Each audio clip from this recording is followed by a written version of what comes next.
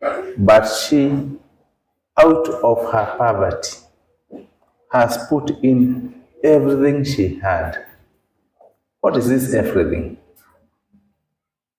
Her whole living, her entire life, all her sustenance, all she was to live on. Today, from our readings, we are going to look at the first reading and the gospel extract, which give us similar episodes. They have similar stories of widows. In the first reading, Elijah encounters a widow. This widow has a son, and all she has to live on is a little cooking oil and a little flour or flour, depending on who was your English teacher. She had only a little to make a little bread, of which they were to eat. If they would divide it, it would only take 2 days. Not 2 days, but 2 meals. Maybe supper or lunch and supper. Then after that, wait for death to come. Now Elijah appears and he tells her, please, give me a little water. She obliges. But before she gets to the house, he asks her, please, as you come with the water, bring me some bread. Give me something to eat. And she argues her case. What I have is only a little flour, a little oil. That's the only thing that is left. For me and my son, once it's done, we are also done. So please, spare us. Just take your water. And what does the Elijah say? Very important. Hear this. Elijah said to her, fear not. Fear not.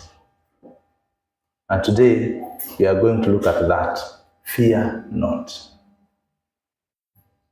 He told her, fear not. Don't be troubled.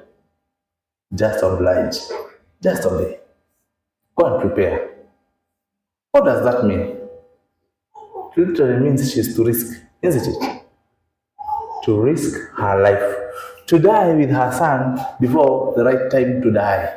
Before she has consumed the bread together with her son. Somebody else is to consume the bread. Then for them, they're left to die. For him, he'll survive for some more hours. For them, they are to die before him. Yet, he's not the one who looked for the flour. He's not the one who's going to prepare the bread. So he's calling her to sacrifice. And in the sacrifice, he's telling her, as you sacrifice, you don't need to fear. Who wouldn't fear? Who wouldn't fear? How can you give that which you are to live on? You give to someone to live on and you die. Who would dare do that? In fact, naturally, we end up fighting for survival. You want to be the last to die, if you must die. But now Elijah is telling her, no, give me the bread, then you'll die before me. And like it doesn't matter to him. And she should not be worried. He tells her, fear not. If it's fear not, I think you're the one who should stay without the bread, not me. Yeah. If it's fear not, you also don't fear and stay. But you see, he's telling her, fear not. In this episode, we hear of a widow. In the gospel extract, we also hear of a widow. I'd like to understand why we are talking about a widow here. Who's a widow? It's someone who has lost her husband, isn't it? What does a husband mean in life? Now, women, please answer this. Yeah? What does a husband mean? Yeah?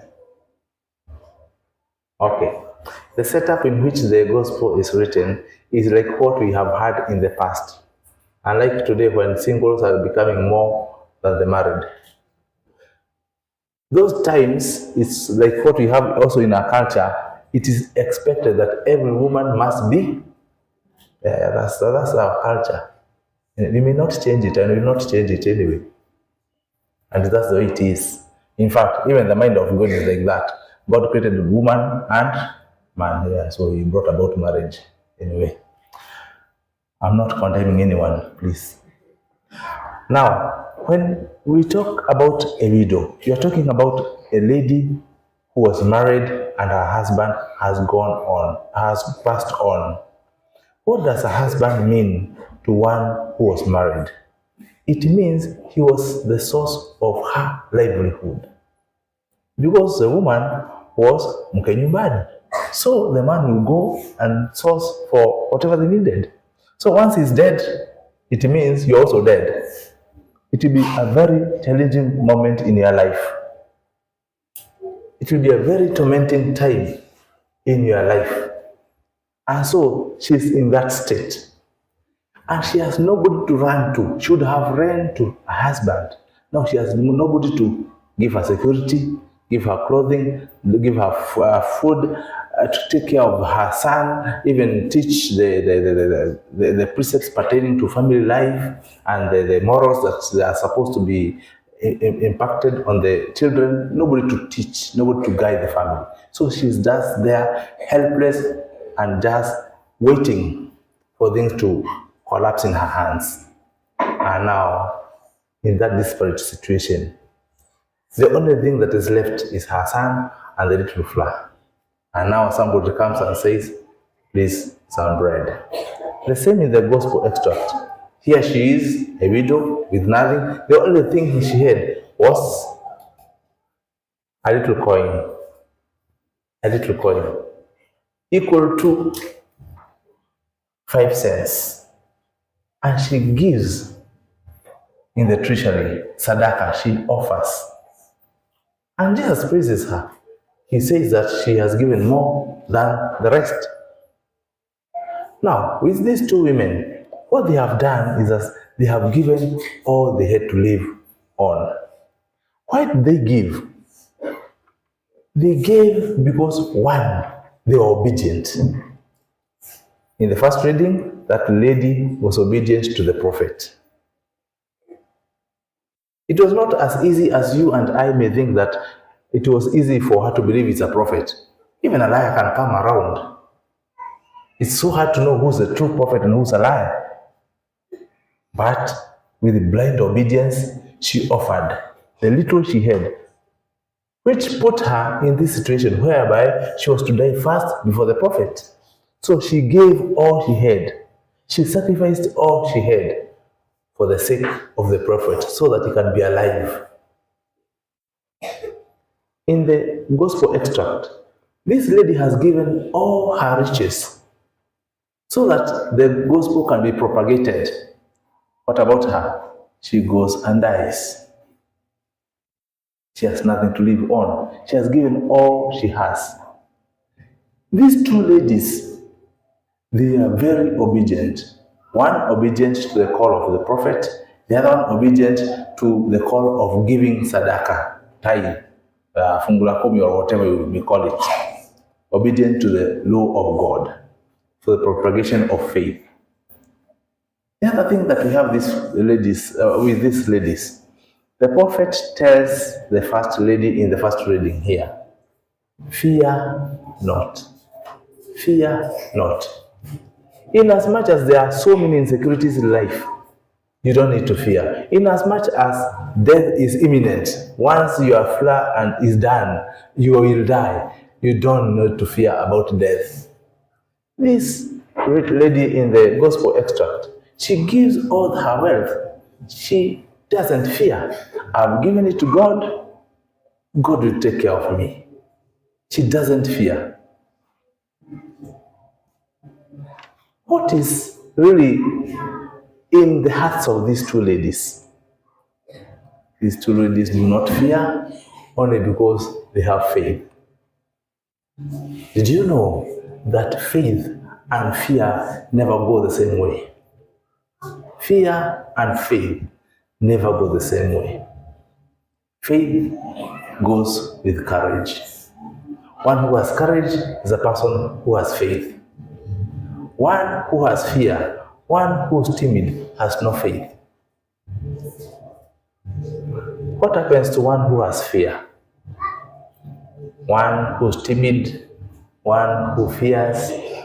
It is said that one who fears, one who is a coward, die many times before the actual death. They meet death many times before the actual death. You fear, you don't progress. You fear, you don't make a move. You fear, you stagnate. You fear, you don't advance. Once you fear. What about if you have courage? You have courage, you surmount. You have courage, you cross over. You have courage, you fly high.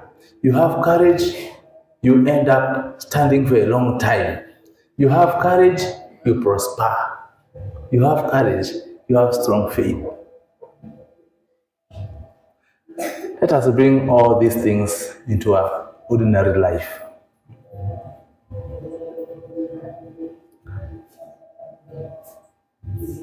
We have this issue of singles and the married.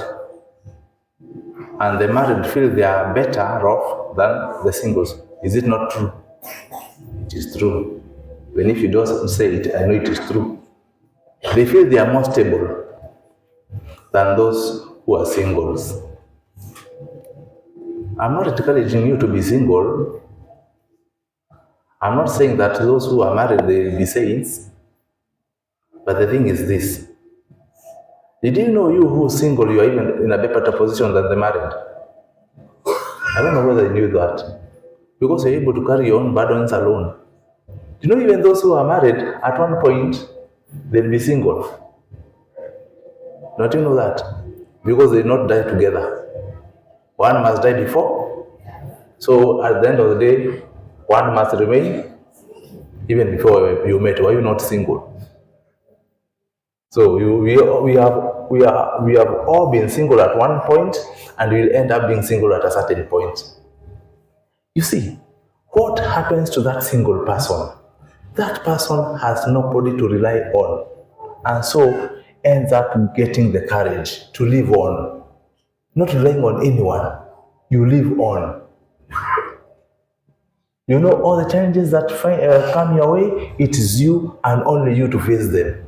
It is you and only you to make your life.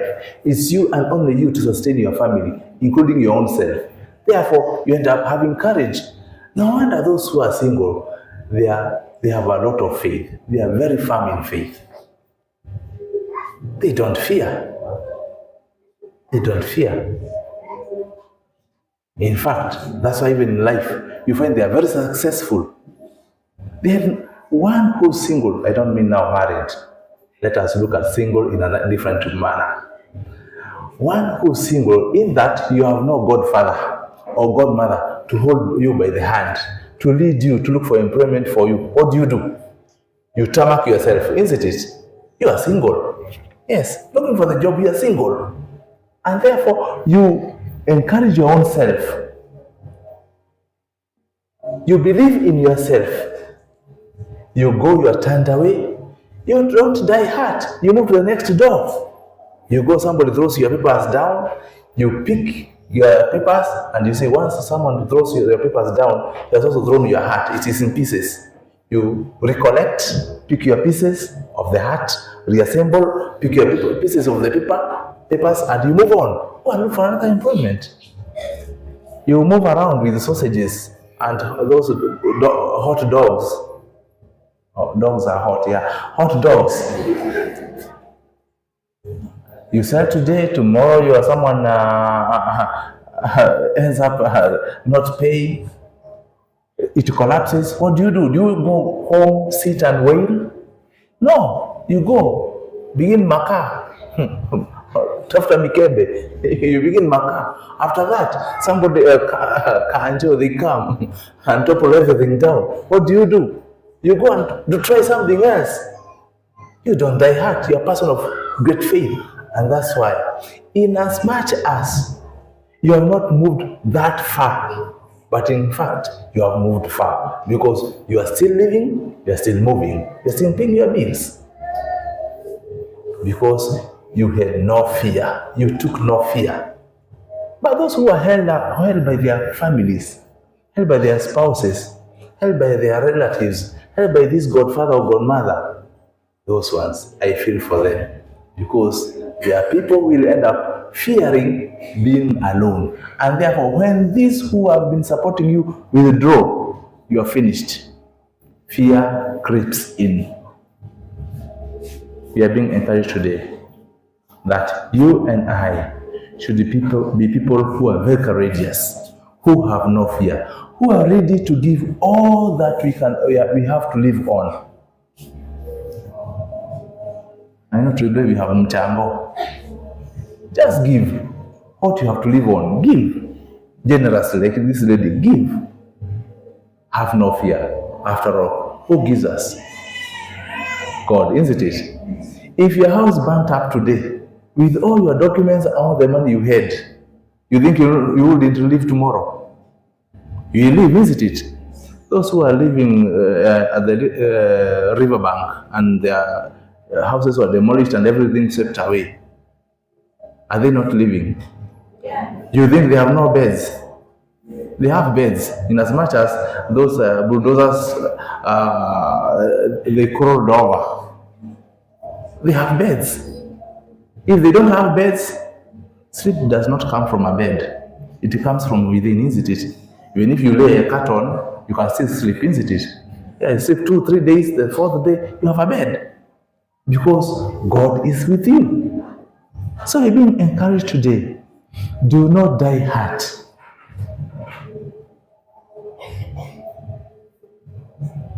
In the name of fear. Do not fail to take a step because of fear. If as your husband has left you, don't keep crying the whole month there. After all, he found you an adult, isn't it? Pick your pieces, pick your children, keep moving. Keep moving. In fact, what he has left are the blessings. Because God will give you your blessings that are proper to a mother and those of a husband to take care of the children, isn't it? Don't you see when you're advantaged? No, I'm not saying that if you're your husband, you should leave. Because for you, it will not end up very well for you. What you do is that take courage. If someone ends up like tarnishing your name and you lose employment, or you are sent away from this spot or the other, take courage. God is with you. Even if you go and sleep in a shanty today, that is not the end of life. That's only a new beginning. God is with you, isn't it? So you don't need to fear. When you're offering all your energy to your children, and they're not giving you the much that you want or you desire, don't fear. Don't fear. Just do your part. You are doing your part, the rest don't worry. Have no fear. Because God is with you. We are being encouraged today that let us not fear, because those who fear have no faith. So if you are a coward, if you are timid, it's because you have no faith, because faith goes with courage. Let us all face life with courage. Let us give all that we have, all our energy, all of our intellect,